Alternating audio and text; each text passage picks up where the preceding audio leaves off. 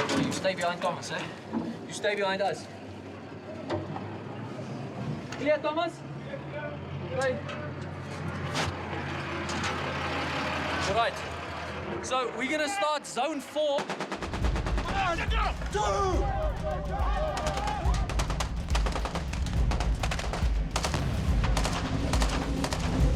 In all of our sets, use what we could from the communities, including District 9. I don't think there's been one clean set apart from Vicus's house in this whole movie. Everything is down and dirty. The crew is sick to death of it. Oh, fuck. Okay, that's really getting unacceptable. There's moments when you arrive at the shack on a given evening to do the last shot of the day, and you realize that some of the dressing that has been outside, however, has been used as firewood by security or been removed by some other dwellers in Soweto. First scene was easy enough. That was kind of just establishing the story, and a happy scene with my husband bringing me breakfast in bed, and from there it was downhill. It was just craziness. I'm being paid to be a boy of 12. As a kid growing up and wanting to shoot aliens and playing with my mates and my friends, you created all of this in the back of your mind.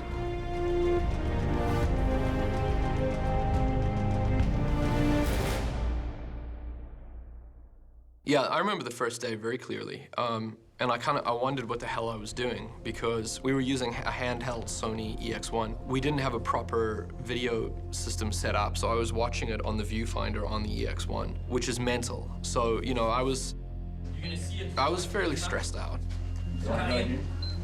It's beeping. The film predominantly is a cinematic film. We had to sort of develop this dialogue as we were going through production to actually figure out what the best way is to sort of delineate between what you're seeing at different given moments in the film. There's the real handheld documentary feel, and I was operating a camera within the scene that the Vicus character was playing off of. You know, you see the state of the thing. This was a brand new shack. 6 months ago, this was new. The most simple way to think of it is, do the actors know that the camera is there within the world that they are bringing to life?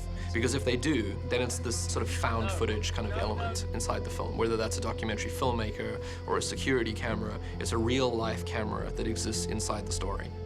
They're spending so much money to keep them here when they could be spending it on other things, but at least they're keeping them separate from us. Then there's the cinematic stuff, which is the more traditional approach to filmmaking. Honestly, we sort of refined that as we went along, and then we kind of met in the middle, so that, you know, we would be handheld, or we would have like a loose feel to the frame in the cinematic portion, and then that sort of just felt like it was the same film as the rest of the documentary part. I was fairly stressed out in the beginning, hopping between those two and sort of seeing what would happen. The language of the film is this kind of existing footage, this documentary footage, and you start throwing in little cinematic pieces and then going back to documentary, and then before you know it, you're just watching cinematic stuff. So you're very much within the realm of normal film. It won't be your traditional sit-down movie that you're used to watching. I think some people will be excited by it. Some people might be a little jarred by it at first. It still smells like it. Could I have some of your salary from today? Because, I mean, you are the DOP, but you are not DOPing, eh? I'm not. I am actually shooting. Yes, that's right. Yeah, we'll do a fee split. So we used handheld video camera, so Sony EX1. We ran around with it, acted as the documentary camera. The sound design and everything within that world is meant to be treated as though this really is a handheld video camera. And when we cross over into the cinematic stuff, we were using the Red platform to shoot it in a more traditional cinematic way. I absolutely loved the scenes where there was a camera that I could play to as Vicus.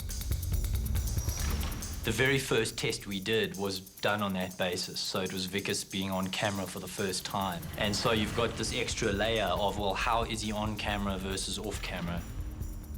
And it creates a very real feeling when you can kind of, you know, if every now and then you can look into the camera and look back at you and look into the camera. You connect with him. No, it's fine, it's fine. He's a maniac. He's fantastic. He's really embraced his character. I mean, there've been times where he doesn't even really come out of character just to sort of, you know, keep him in there. We'll have break for lunch and he's still Vickers with the very Afrikaans accent. At first, you know, I thought that it was going to be difficult to do this. But in fact, there's quite a lot of control. They're building in a little bit more control for me, you know. So if you have a look at this, okay, basically it almost worked like a fork, you know. So if you get the right angle, okay, that one didn't work so well, but okay, that didn't work so well either. But if you take, okay, that's also not. He was a producer for years, and he pushes and pushes and pushes, and when everybody else falls over, he'll just keep going. He's much more energetic than any, you know, Energizer Bunny in the world. Yes. VX 128.1 Yankee, take 1, Bravo marker. Charlie marker. Mark.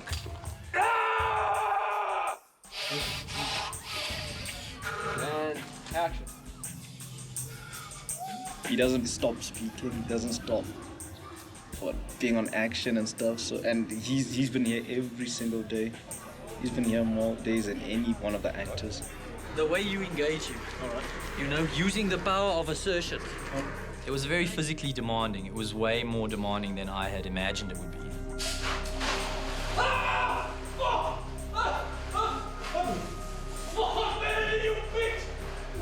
Not having acted in a film like this before, I didn't really have a handle on how much actors go through, particularly if it's a lead part like this with the kind of emotions that Vickers experiences. He literally goes through virtually every major possible human emotion. No, acting is not at all what I thought, you know. It damages you physically, mentally, emotionally, spiritually. It's damaging. It's a damaging job.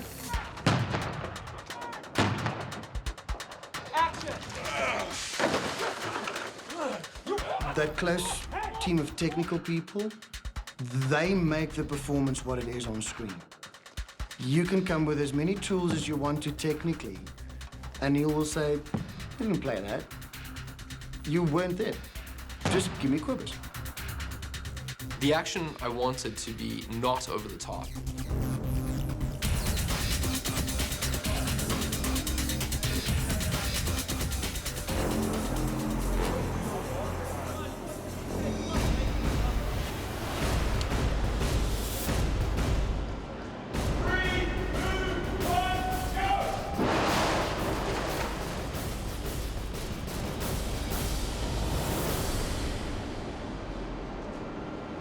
The whole film is meant to be not Hollywood.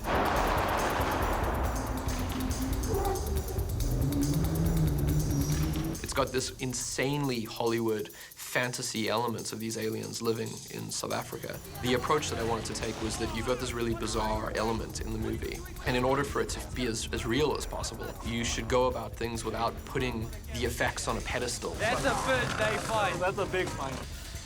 Everyone ready? Okay, here we go. We had people right on top of explosions. 3, 2, 1, action!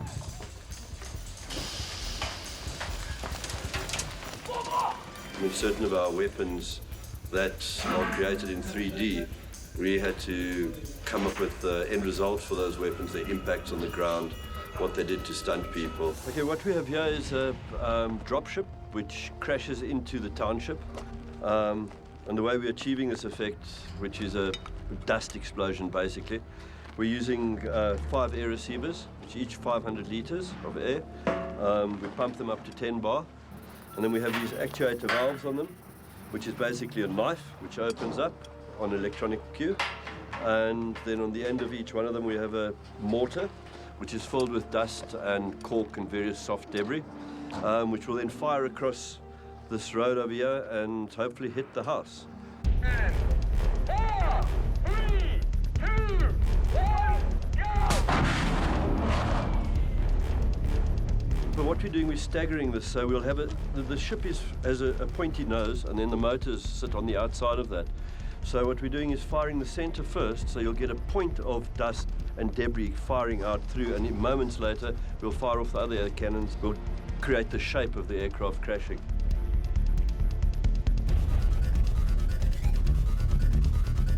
For the most part, when we were filming, my mind was never in the realm of visual effects. There was a constantly recurring question of, well, could we shoot it clean, right? Because the amount of work to paint Jason out for every single, or any gray suit guy representing an alien with a moving camera is a lot of work. And the background has to be, digitally re-stitched in. Hey, may new agents open the door, please? Hello? We would like you to please silence. Okay, all right, that's unacceptable. That is unacceptable. That is totally unacceptable. Get out! Get out! I play about 10 characters or something. I think I play a community of intergalactic beings, which sounds quite psychedelic. Which is a very interesting process, and obviously you do all of this character and then it just gets taken straight out again because everything that you do basically gets painted out and the visuals get removed. Thanks very much. Yeah, no, we had a... Neill wants to create a feeling of authenticity with this movie. So from the word go, Phil always said, let's use elements of today's life in South Africa and incorporate those into the sets. Well, we're in Soweto in Johannesburg, and of course it was discussed for numerous reasons: safety, economy, everything. Why not just shoot it in a green screen in New Zealand, which is where we were writing the film? Where we are right now is we're in South Joburg. Geographically, this is part of Soweto, but it's a suburb or a neighborhood of Soweto called Chiawelo. And there's a lot of strange connections to the film that we never obviously set out to do, but one of them is all of these shacks around here. We only have access to this area, and we could only build our additional shacks here because all of these residents were moved into RDP housing somewhere else in Joburg, which is exactly what happens to the aliens in the film. So that's just a complete bizarre set of events. It was the first landfill in that area in Soweto. People have been living on it and surviving off that landfill for the past 22 odd years. Come towards us there. He's walking towards us. We used the entire place and terrain as our inspiration to build D9. Every single thing that we have used in the squatter camp comes from the squatter camp. And with the help of the local people, it's just building shacks. It's definitely something that I think would be incredibly difficult to replicate, just because of the amount of, there is so much visual detail here. Every single pixel is, dirt or barbed wire or weeds, or it's incredibly visually rich.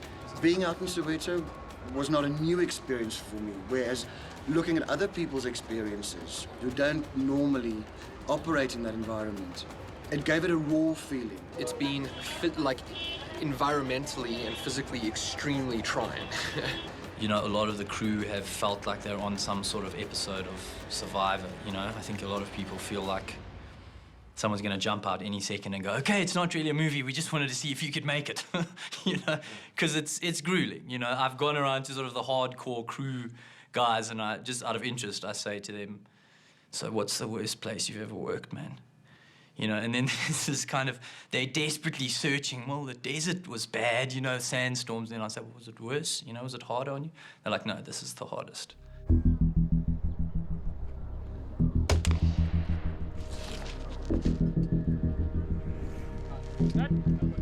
I think the biggest challenge on this job, and also the most enjoyable challenge, has been the range of sets, from spaceships through to squatter camps, through to medical laboratories and military installations. It's a whole range of stuff.